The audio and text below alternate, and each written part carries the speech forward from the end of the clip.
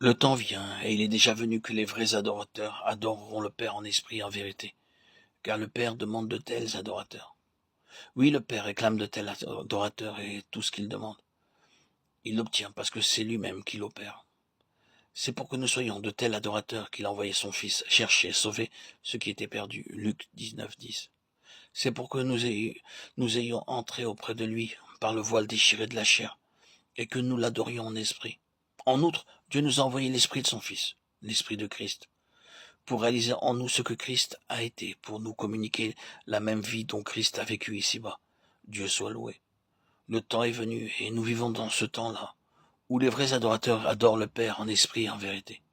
Croyons-le, l'Esprit nous a été donné, et il demeure en nous, parce que le Père demande de tels adorateurs. Réjouissons-nous dans la confiance que nous pouvons, nous aussi, être de vrais adorateurs, parce que le Saint-Esprit nous a été donné. Avec crainte et respect, et réalisons qu'il demeure en nous, avec humilité. Faisons taire la chair pour nous abandonner à sa sainte direction. Avec foi, attendons de Dieu qu'il agisse en nous et adorons-le de cette adoration-là. Que toute nouvelle perception de l'œuvre du Saint-Esprit, que tout exercice de foi pour croire à sa présence, que toute expérience de son action en nous, nous ramène toujours à adorer le Père, à lui offrir amour et action de grâce, à lui rendre l'honneur et la gloire qui n'appartiennent qu'à lui seul.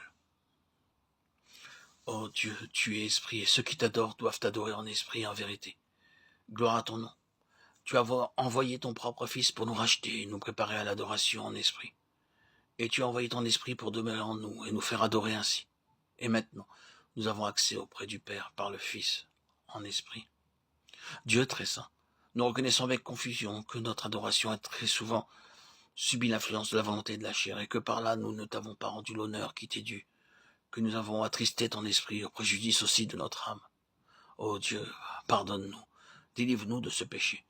Veuille nous enseigner à ne plus jamais chercher à t'adorer autrement qu'en esprit et en vérité. Notre Père, ton Saint-Esprit demeure en nous. Daigne, selon les richesses de ta gloire, nous fortifier puissamment par sa présence, en sorte que notre homme intérieur devienne réellement un temple spirituel où te soient offerts des sacrifices spirituels. Enseigne-nous aussi, chaque fois que nous présentons devant toi, à renoncer au moi, à vouer la chair à la mort et à attendre avec confiance de l'Esprit qui est en nous, l'adoration, la foi et l'amour, qui te sont agréables par Jésus-Christ.